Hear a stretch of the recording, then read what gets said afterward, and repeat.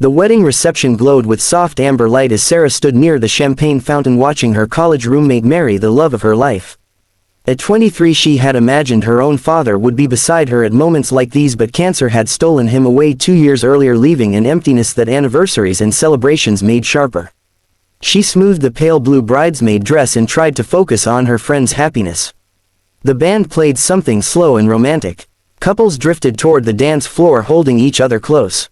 Sarah's throat tightened. She missed her dad most at times like these, when love filled the air and she had no one to share it with. "You look troubled, young lady." The voice came from behind her, deep and gentle. Sarah turned to find a man in his late 50s standing there. He wore a black leather vest over a white shirt, and the vest bore a patch that read Hell's Angels with a skull and wings emblem. His weathered face held kind eyes that crinkled at the corners. Gray streaked through his beard and his close-cropped hair. Sarah managed a small smile. "Just watching everyone dance. It's beautiful." The man nodded slowly. "Your friends?" "The bride. We were roommates in college." "She's wonderful." "They both are. But you're standing here alone." It wasn't a question. His eyes held understanding that made Sarah's chest ache. "I don't mind really. I'm happy for them." He studied her for a moment, then glanced across the room. Sarah followed his gaze and noticed 3 men near the far wall. They weren't dressed for a wedding. One kept staring at her with an intensity that made her skin crawl. The man had been watching her earlier too. She tried to ignore it. The biker stepped closer and lowered his voice. "Don't react. Don't look scared. But you're in danger. Those men by the bar have been watching you for 20 minutes. The tall one has been asking the bartender questions about you." Sarah's breath caught. Fear spiked through her chest. "Listen to me carefully." His voice remained calm and steady. "Pretend I'm your dad. We're going to walk out to the garden together like a father and daughter having a moment. Keep smiling. Laugh if you can. Make it look natural." She wanted to run, but his presence anchored her. Something about him felt safe despite the intimidating vest he wore. "Why are you helping me?" "Because I have a daughter about your age and I'd want someone to help her. Now smile and take my arm." Sarah did as he said, looping her hand through his elbow. He patted her hand gently the way her father used to. "That's good. Now let's walk slowly. Tell me about your friend, the bride." "What's her name?" "Jennifer." Sarah's voice trembled slightly. "We met freshman year. She's studying to be a teacher." "That's wonderful. Teaching is noble work." He guided her through the crowd, nodding politely at other guests. "My daughter teaches 3rd grade. Kids love her. She's got patience I never had." They stepped through the French doors onto a stone patio surrounded by gardens. String lights hung between the trees, casting a soft glow over roses and hydrangeas. The biker kept walking until they reached a small gazebo tucked away from the main party. "Okay, here's what's happening. Those men aren't wedding guests. The tall one was convicted of assault 3 years ago. I recognize him from the news. He's been following young women at events like this." Sarah's legs felt weak. "How do you know all this?" "I'm retired police. 28 years on the force before I joined the motorcycle club. We do charity work mostly. Toy drives for kids, fundraisers for veterans. Tonight I'm here because my buddy's nephew is one of the groomsmen." He pulled out his phone. "I'm calling this in. You're going to stay right here with me until officers arrive. Then we'll make sure you get home safely." Tears welled in Sarah's eyes. "I don't understand. Why would anyone? Some people are broken inside.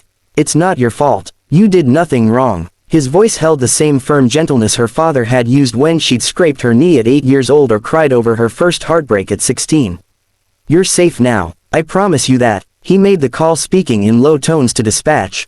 Sarah wrapped her arms around herself, fighting back tears. The man ended the call and removed his leather vest. He draped it around her shoulders. "You're shaking. This will help." The vest was warm and smelled faintly of leather and motor oil. It was heavy and comforting. "My name is Frank, by the way. Frank Morrison. I should have introduced myself properly. Sarah. Sarah Chen. It's good to meet you, Sarah, though I wish it were under better circumstances." He smiled sadly. "Your dad's not here anymore, is he?" She shook her head, unable to speak. Frank's expression softened. "I thought so. I saw it in your eyes when you were watching everyone dance. That particular kind of loneliness. I lost my father young too.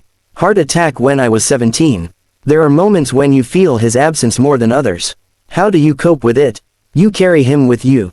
The lessons he taught you. The love he gave. That never dies, Sarah. It becomes part of who you are." Frank gestured to a bench in the gazebo. "Let's sit." Police will be here in about 5 minutes.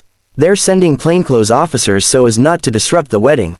They sat together in companionable silence listening to music drift from the reception hall. Frank kept watch on the patio entrance, but his presence beside Sarah was calm and reassuring. "My dad would have liked you," Sarah said quietly. "He always said the measure of a person is what they do when no one's watching. You didn't have to help me." "Yes, I did. That's what decent people do. We look out for each other." Frank smiled. "Besides, I told you, I have a daughter. Her name is Emma. She's 25, works at an elementary school and volunteers at an animal shelter on weekends. She's the best thing I ever did with my life. Does she know what you did tonight?"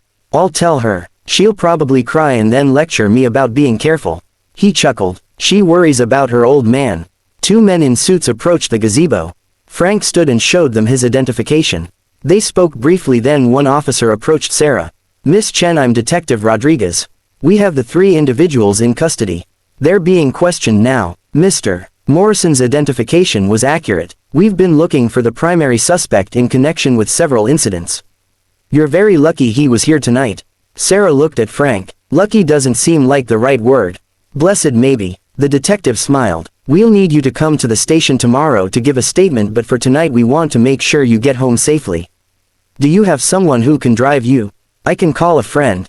Frank shook his head. "I'll take her. My motorcycle is parked out front. She can ride with me. My wife is here too. She'll follow us in our car to make sure Sarah gets inside her place safely." "I couldn't ask you to do that." "You're not asking. I'm offering. It's what your dad would want someone to do." Frank's eyes were gentle but firm. "Besides, Emma would never forgive me if I left you to find your own way home after something like this." Sarah nodded, grateful beyond words. Frank introduced her to his wife Margaret, a woman with warm eyes and silver hair who hugged Sarah like she'd known her for years. Margaret drove their car while Sarah rode on the back of Frank's Harley, her arms wrapped around his waist as they drove through quiet streets. When they reached her apartment building, Frank walked her to the door while Margaret waited in the car. He made her promise to lock all her doors and windows. He gave her his phone number and made her save it in her contacts. "If you ever need anything, you call me.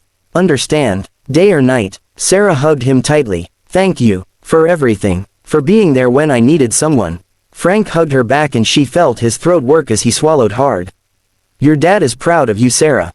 Wherever he is, he's watching over you. And tonight he put me in that reception hall at exactly the right moment.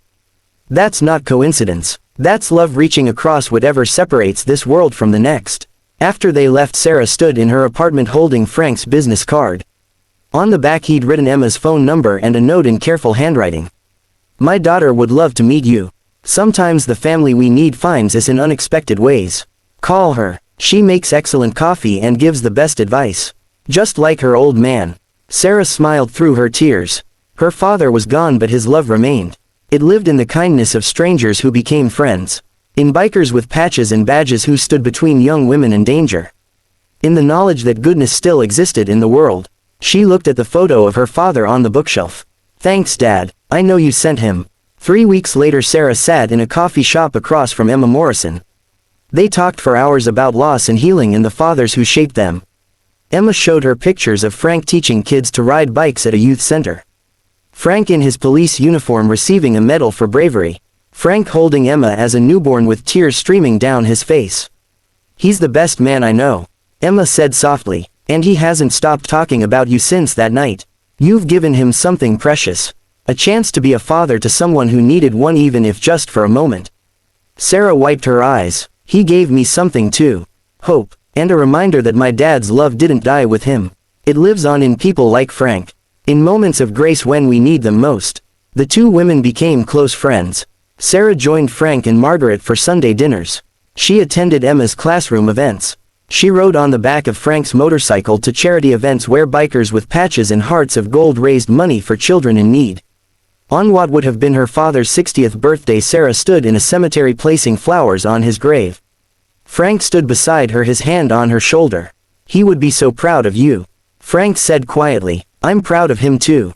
And grateful. Grateful he taught me to recognize goodness when I see it, even when it comes wearing a leather vest and riding a Harley." Frank laughed, his eyes crinkling at the corners. "Your old man and I would have gotten along just fine." As they walked back to the parking lot, Sarah linked her arm through Frank's. The emptiness she'd carried for 2 years felt lighter. Her father's love had found a way to reach her through the kindness of a stranger who became family. And in that moment she understood the most important truth her father had ever taught her. Love never truly dies, it simply finds new ways to show up when we need it most.